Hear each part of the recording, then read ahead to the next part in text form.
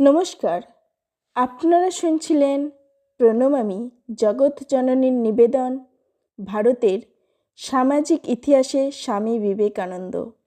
ইতিমধ্যে এর দুটি পর্ব আপনারা শুনেছেন। আজ শোনাব এর তৃতীয় পর্ব। আর প্রথম দুটি পর্ব যদি না শুনে থাকেন তাহলে ডেসক্রিপশন বক্সে এর লিংক দেওয়া আছে, ওখান থেকে শুনে আসুন। আশা করি এই ধরনের আলোচনা আপনাদের ভালো লাগছে। আপনাদের মতামত কমেন্টে জানাবেন। আর দেরি না করে শুরু করছি আজকের আলোচনা। জাতি প্রথার শিথিলতা সম্পর্কে স্বামীজি যা বলে গেছেন, বিদেশিদের কাছে, রক্ষণশীল হিন্দুদের কাছে তা অবিশ্বাস্য, ধর্মবিরোধী মনে হতে পারে, কিন্তু ইহাই সত্য। মধ্য ভারতের ভিলদের, ক্ষত্রিয়দের মর্যাদা দেওয়া হচ্ছে। অস্পৃশ্য জাতিদের মধ্যে থেকে ব্রাহ্মণ সৃষ্টি করা হচ্ছে। ব্রাহ্মণরা কোনো কালেই প্রধান জাতি ছিল না। জৈন এবং বৌদ্ধরা ক্ষত্রিয়দেরই প্রাধান্য দিয়েছিল। শ্বেতাশ্বতর উপনিষদে পরোক্ষভাবে তা স্বীকার করা হয়েছে। শতপথ ব্রাহ্মণে পুরোহিত শ্রেণীর প্রাধান্য বর্ণিত হয়েছে। পরবর্তী বৈদিক যুগে ক্ষত্রিয় ব্রাহ্মণদের মধ্যে শ্রেণী সংগ্রাম বর্তমান ছিল। অথর্ব বেদে ব্রহ্মজয়া এবং ব্রহ্মগাভী বর্ণনায় তার প্রমাণ রয়েছে। মহাভারতেও তার উল্লেখ রয়েছে। বুদ্ধের সময়ে ব্রাহ্মণেরা ক্ষত্রিয়দের চেয়ে নিম্নতর শ্রেণীর বলে গণ্য হতো। কৌশলের রাজা তার ব্রাহ্মণ মন্ত্রীদের সঙ্গে পর্দার অন্তরাল থেকে কথা বলতেন। বুদ্ধ নিজেই বলেছেন যে ক্ষত্রিয়রা হলো প্রথম শ্রেণীর জাতি। স্বামীজি পাশ্চাত্য সমাজের বিভিন্ন স্তরের সঙ্গে ভারতীয় সমাজ বিন্যাসের পার্থক্য তুলনামূলক বিচার করে দেখিয়েছেন। তিনি বলেছেন, অন্য সব দেশেরই জাতিভেদ প্রথা ব্যক্তি বিশেষকে একক হিসেবে গ্রহণ করেছে।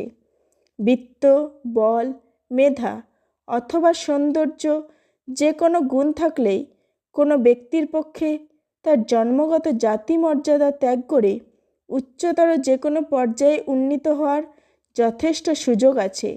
এখানে অর্থাৎ ভারতবর্ষে জাতি সম্প্রদায়ের সকল সদস্যদেরই একক ইউনিট হিসেবে গ্রহণ করা হয়। এখানেও নিচু জাতির কোনো ব্যক্তির পক্ষে উচ্চতর বা অথবা উচ্চতম পর্যায়ে উন্নীত হওয়ার যথেষ্ট সুযোগ ছিল, কিন্তু এই পরার্থকারিতার জন্মভূমিতেই ব্যক্তিকে বাধ্য তার সমস্ত সম্প্রদায়কে বহন করে নিয়ে আসবার জন্য।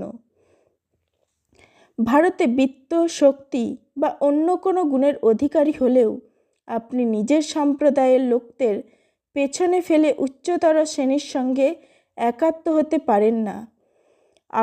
আপনাকে উচ্চতর শ্রেণীতে উন্নীত হতে হলে আপনার জাতিকে প্রথমে উন্নীত করতে হবে। তারপর আপনার উন্নতির পথে আর কোনো বাধা থাকবে না। স্বামীজি ভারতের সমাজ বিজ্ঞানের যথার্থ বিশ্লেষণ করে গেছেন।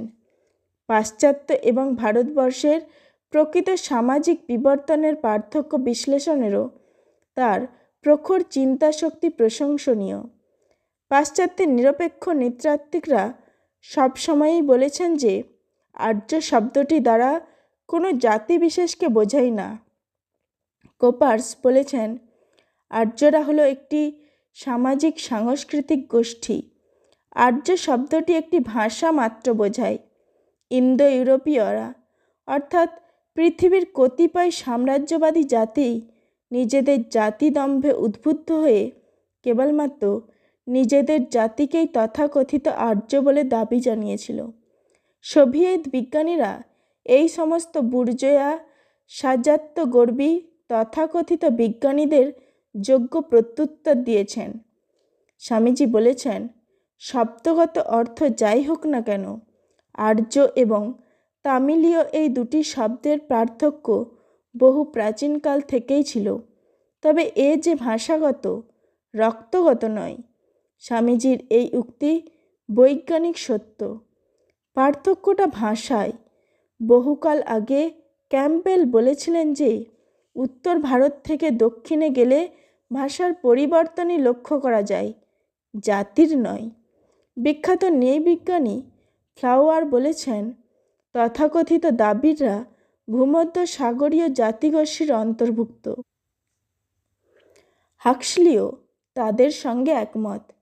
জাতি বৈশিষ্ট্যবিদ কিনই অন্যত্র বলেছেন যে দ্রাবিড় জাতি ভারতের বহিরাগত, কিন্তু যে জার্মান নৃবিজ্ঞানী ভারতের মাটিতে বাস্তব তথ্যানুসন্ধান কার্য চালিয়েছিলেন তারা দ্রাবিড়ীয় জাতির অস্তিত্ব অস্বীকার করেছেন। বিখ্যাত জার্মান নৃবিজ্ঞানী ফন আইকস্টেডট ভারতে ব্যাপক অনুসন্ধান করবার পর এই অভিমত ব্যক্ত করেছেন যে উত্তর এবং দক্ষিণ ভারতীয়গণ উভয়ই ভূমধ্য সাগরীয় জাতিগোষ্ঠীর অন্তর্ভুক্ত। তিনি বলেছেন যে দ্রাবিড়ীয় শব্দটি যত শীঘ্র সম্ভব তুলে দেওয়া উচিত। Doctor B.S. গুহ 1931 খ্রিস্টাব্দে আদমশুমারি বিবরণের মধ্যে বলেছেন তেলেগুরাই হল ভারতে ভূমধ্যসাগরীয় জাতির শ্রেষ্ঠ নিদর্শন। অথচ তারা দ্রাবিড়ীয় ভাষায় কথা বলেন, কিন্তু কায়েমি স্বার্থবাদীরা বিজ্ঞানের ধার ধারে না, কারণ এতে তাদের স্বার্থ সিদ্ধি হয় না। এজন্য আজ সাম্রাজ্যবাদীদের স্বার্থান্ধ চক্রান্তের ফলে চলেছে নির্বোধ কলহ। স্বামী বিবেকানন্দ বলেছেন ভারতের কোনো উচ্চ শ্রেণীতে জন্মানোর ফলে যে সম্ভ্রমবোধ তা নিতান্তই অলীক, ভারতের কোনো অঞ্চলেই তা নেই। তবে দুঃখের বিষয়, দক্ষিণ দেশে ভাষাগত পার্থক্যের জন্য এই মনোভাব সহজেই গড়ে ওঠে। ভারতের ঐতিহাসিক জড়বাদের দার্শনিক বিরোধিতা অর্থাৎ অস্তি নাস্তির পরিপ্রেক্ষিতে বিচারই এর জন্য দায়ী। মৌর্য যুগের পর কলিঙ্গরাজ খারবেল ভুবনেশ্বরে জৈন সঙ্গীতে আহ্বান করার সময় নিজেকে চেদিরাজ বসুর বংশধর বলে বর্ণনা করেছিলেন। এতে বোঝা যায় যে তিনি ঋগ্বেদের চেদিরাজ বসুর বংশধর বলেই নিজেকে দাবি করতেন। দক্ষিণ দেশের মধ্যযুগীয় নৃপতিরাও উত্তর ভারতের ক্ষত্রিয় বংশোদ্ভূত বলেই নিজেদের দাবি করতেন। ভাষায় দক্ষিণ ভারতকে পৃথক করেছে, ধর্ম নয়। স্বামী বিবেকানন্দ ব্রাহ্মণদের উচ্চতর আদর্শে উদ্বুদ্ধ হবার জন্য আহ্বান জানিয়েছেন। তিনি বলেছেন দক্ষিণ ভারতের ব্রাহ্মণদের আন্তরিক অনুরোধ জানায় তারা যেন ভারতের আদর্শ বিস্মৃত না হন, যে আদর্শ ছিল ব্রাহ্মণদের দ্বারা বিশ্ব সৃষ্টি পবিত্র এবং ঈশ্বরের ন্যায় নির্মল। মহাভারতে বলে সৃষ্টির প্রারম্ভে এমনই ছিল, সৃষ্টির শেষেও অনুরূপ থাকিবে। এখানে স্বামীজি মহাভারতের শান্তি পর্বে ভৃগুর উক্তির প্রতি ইঙ্গিত করেছেন, যেখানে বলা হয়েছে যে আদিতে সমস্ত বর্ণই ছিল ব্রাহ্মণ, কিন্তু জীবিকা এবং চরিত্রে পরিবর্তনের ফলে তারা বিভিন্ন বর্ণে রূপান্তরিত হয়েছে। বৈদিক সাহিত্যেও বলা হয়েছে সর্ববর্ণ দ্বিজাতায়, সমস্ত বর্ণই দ্বিজ। সম্ভবত বৌদ্ধ এবং অন্যান্য ভিন্ন মতাবলম্বী সম্প্রদায় সমূহের চাপে পুরোহিততন্ত্রকে স্বীকার করতে হয়েছিল যে আদিতে কোনো জাতিভেদ প্রথা ছিল না।